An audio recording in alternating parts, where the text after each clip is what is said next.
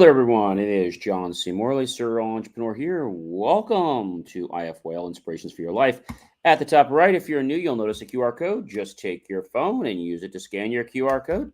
And what that'll do is it'll direct you to my link tree with lots of great information, videos, and all kinds of stuff to help you become a better version of yourself and help others become better versions of themselves. You can scan the QR code on my hat as well, or you can just simply go to Believe, Believe, MEACHIEVE.com. That's all you need to do. And I want to thank the new people for stopping by today. And I also want to thank my friends, colleagues, and associates for coming back and continue to support me. Really appreciate that. And hopefully some of the new people will become as loyal as some of the other people have been here for a while. So every day, we have a brand new topic based on the master topic, little modalities. And this week, if you are wondering what that topic is, well, wonder no further. Our topic is how to see the trees and not just the forest series. And we're on episode number 5. So when we think about this phrase, we all know what it means in a generality. However, sometimes when we don't focus on the trees and also the forest, we miss things, okay? That could be something as simple as being a graphic designer and missing the way a shape actually is laying, or the way a layer of one of the pieces are in the file, so that when you're looking at it, it seems like the animals or the people are actually floating on the grass instead of maybe actually being in the grass. So these are little tiny things that can make a big difference. And you might say, well, John, how do I look at the trees and the forest? Well, that's the catch. And that's what we're going to be talking about a little more today, tomorrow, and Friday, because I think we've talked about the importance of the fact that you have to look at the trees and you have to look at the forest. But how do you separate yourself so that you can just look at one or the other and go back and forth? That's a great question, and I'm going to answer it for you. So the first thing is, if you're, whether it's writing a book or you're designing something, you need to work with whatever you're doing and put it down for a moment. I don't mean put it down for a minute. I mean put it down for a few hours or half a day or a day and go do something. Go have a walk, go have a piece of fruit, go do something. And then come back to that drawing, that diagram, that challenge. And you're going to be like, oh, I didn't want it like that, or that shouldn't be like that, or that's a mess like that. See, that's what it comes down to. But a lot of people, I guess they're in a rush. They're in a rush. Now, I wanted to share something with you guys because I told you yesterday was election day, as you know, in our area here in New Jersey and around for the primaries. And I was very happy to hear that my friend actually did make the line. I was very happy about that. And so what a lot of people don't realize is there's something called buying votes. Now, they're not really paying you money to go vote, but they're trying to bribe you and connive you to things like, well, come to my club, let us have lunch together, and doing all these things like taking pictures around you because you want to appear important and you want other people to think that you have their support. I don't know if you know that. When you take a picture around someone, it makes people think that they support you, especially if you have your arm around them. So whenever I take a picture, I try to have as little interaction as possible if I don't want to show that I am trying to support or not really support. I want to make sure I don't show anything. And so I think where it comes from is the simple premise that, you can tell someone who's being phony. And the way you can tell is in their mannerisms. And I remember asking somebody a question. I'm not going to tell you what the actual question was, but I asked them a question. And I had to get a swig of water there. I remember saying I was looking for a certain type of food at this event. And rather than being helpful and saying, oh, gee, they don't have that food here, or I'm not sure, or they right away took this premise of being I don't know, a person that is all about, a false facade. And they decided to take one of these memes or one of these phrases that was associated with a commercial and instead say that to me. And my response was just like, I didn't say anything, but I was like, I'm really looking for this. It's like, and they decided to like poke fun at it. And I said to myself, first of all, any candidate that's going to poke fun at something is not someone they're not going to get my respect. Second thing is, when somebody is trying too hard to impress another person or a group of people, or someone reaches out to you and says, hey, John, we're really good people, and the way this happened wasn't what really went on. I mean, we didn't do any of that. And I'm like, okay, what are you telling me? Well, I want to make sure so you can tell others. And I said, well, I'm not going to tell others because it's a he said, she said thing, and I really don't know the truth. So I'm not going to get in the middle of that. But what happens when people get lost in just seeing their own tree and not the whole forest, which is what happened in this campaign?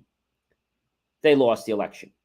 And in this case, I was kind of relieved because the other person is a much better qualified candidate for the position.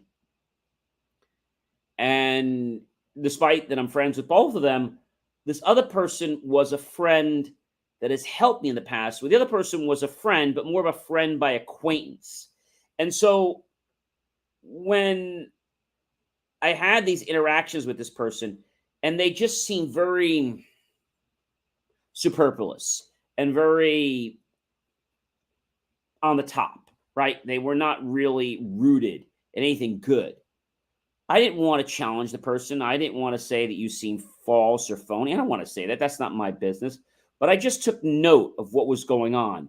And I said, I hope and I pray that people wake up and they see that there is something going on, and not to be misled because they think that they're the right person, or because they're appearing to be so interested in people. Let me give you a tip. If somebody has to spend so many hours and days to convince you that they're good, they're not. They're looking for what I call a false facade. And the reason I know this is also, as soon as the election was over, okay, this person fell off the earth. Now, whether we're talking about Facebook, other social media, the person would always comment back, oh, that's a great picture. Oh, that's so nice. Like, this person never did this prior to the election. And now suddenly they're like, oh, that's so nice, or oh, congratulations to him, or oh, you should be so proud or so lucky. And I saw right through it. And I said, if this person doesn't get in, which I hope they don't, that they're going to immediately just be off like a light switch.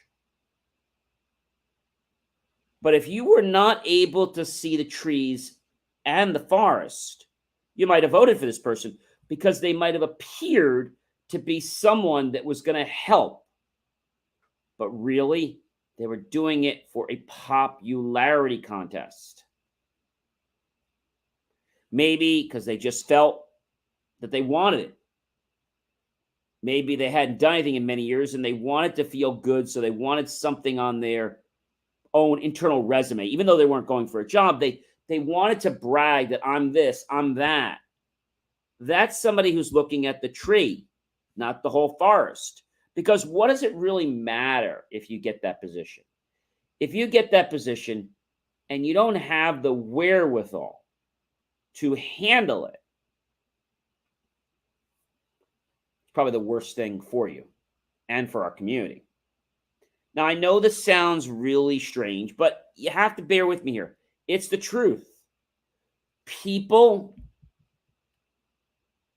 look at the trees because they're lazy, or they look at the forest because they're lazy.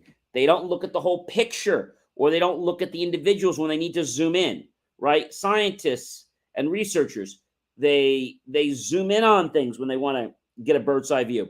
And then they zoom out when they want to get more of a wider view. And they want to see how this relates to the world or to the ecosystem or to whatever specific entity they're working on as an entire unit. Now, you might say to me, John, how else do I become more focused on not just the tree or the trees, but the entire forest? Well, it's a great question. One is you have to have an intention to want to do what's best. And second, you need to make sure you have a passion that's going to do this. Remember, you're not doing this so you can put one in your book. You're doing this because you want to give back or because you have a passion to help the community. There was a wise gentleman who I talked to from time to time, but we didn't have a lot of conversations. And when he was in his closing to be leaving, which is this year, he said, I'm not an expert in politics. I lived in the town for a long time. I did this for X years, and then I served as this for X years. And I didn't do it for any specific reason other than I just wanted to help the town. I think that's very admirable. However, when you get into politics, unfortunately, it becomes a game. If you can't look at the trees and look at the forest, you're going to be corrupt. You got to look at why you're doing something, when you're doing something, and how it's going to impact the community, right? How it's going to impact it. And if you don't know those answers, well, then I think you have to step back and say, wait a minute, why am I doing this? Why am I getting involved with this? Why do I even want to be part of this? What's my purpose? What's my mission? And if your mission is all about trying to buy people things or just get on a map, step aside because you're really not the best candidate for that position.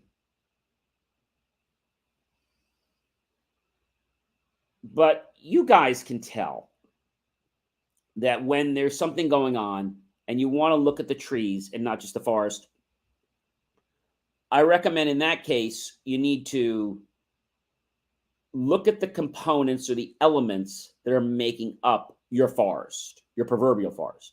If you want to look at the entire forest, the entire project on a spectrum, you need to step back.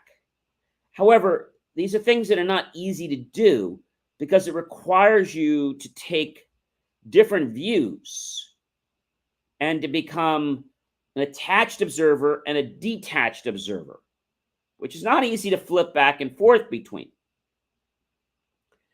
Because when you become detached, you'll notice things that you wouldn't notice if you were attached. Because when you're attached, you're like, oh, this is the greatest thing since sliced bread.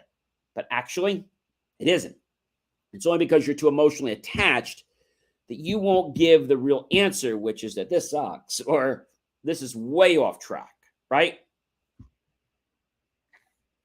We said before, do you look at the glass half empty or half full?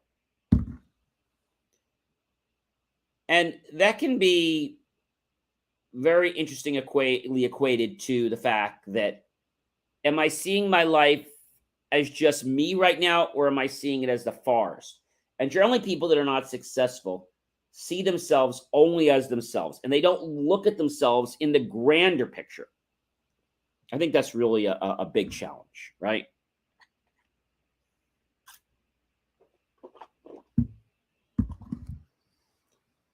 So one thing I want to share with you is that in order to be better at the trees in the forest is to practice looking at one thing versus the other. Let me give you an example. Maybe at work, maybe you're managing a team. And one of your tasks is to manage the team from a perspective of compliance, right? Overall higher level. However, you're so concerned about the higher level, but you miss some of the granular details like Paul, Joe, Chris, and Mary are not being compliant because they haven't gone to a training in a while, Or maybe they're not being compliant because they're always submitting things that are going to be best for their friends. And so you got to be aware of these things. And when you are, then you're able to say, all right, I'm looking at that like that, or this candidate said this to me. And this is what always goes through my head whenever there's a candidate running. I don't examine them, but what I do is pay attention to their actions. So yes, I expect them to be cordial and polite to me, but if they do something that's out of whack, like if they're trying to impress me all the time, or they're trying to take pictures with me all the time, I'm like, first of all, why are they doing this? First I say to myself, is this person always doing this? Did they do this before the election that they're running in? No? Or yes, they did. And the answer is no. I'm like, okay, wait a minute. So what's their motive? Why they're doing this? Because they're trying to manipulate me. Okay. And what I noticed is that this one particular candidate was getting involved with things because the person thought it would bring them good exposure. It did. However, I would not be a bit surprised now if that person just drops out of everything, because the only reason they were doing things because they wanted to get in office. That's pretty sad. It's very sad, actually. So we're going to talk about more examples about how you can relate to not just the forest, but the trees. And it is a skill that everyone needs to learn. The more you practice it, the better you'll become at it. Hey, ladies and gentlemen, I'm John C. Morley, serial entrepreneur. Be sure to like, love, support my channel. Of course, comment below. Does this resonate with you? Can you hear what I'm saying? Are you getting a sense of where I'm going, or, able to decipher a clear picture about this? Comment below about it. Then tag your friends, your colleagues, and your associates. Share this out with everyone you know on social media. And then be sure to go to my YouTube channel, John Space E Space MORLEY Space Serial Entrepreneur, and look for that key phrase to help keep our content free. And make the choice to buy my team and I a cup of coffee. We'll be so grateful with those pennies and dollars. We'll invest into new hardware, new technology, new equipment, new software, new facilities, and even new staff to give you the most jaw-dropping, motivational, inspirational content ever. And I know that's what you all want today, isn't it? To become better in your lives and help others become better versions of themselves as well. I hope that you have a wonderful rest of your evening. You know that I will be back tomorrow, which is your Thursday, my Thursday as well. And we're going to talk about another example of how we can become better at looking at the trees and the forest. Because when we do this, we're truly going to be able to solve the challenge, to be more creative, and to not be accused of being biased, because now we're looking at all sides. It's not an easy thing to do, ladies and gentlemen. I hope you have a great rest of your night, and I will see you, tomorrow. Take care, everyone. Be well.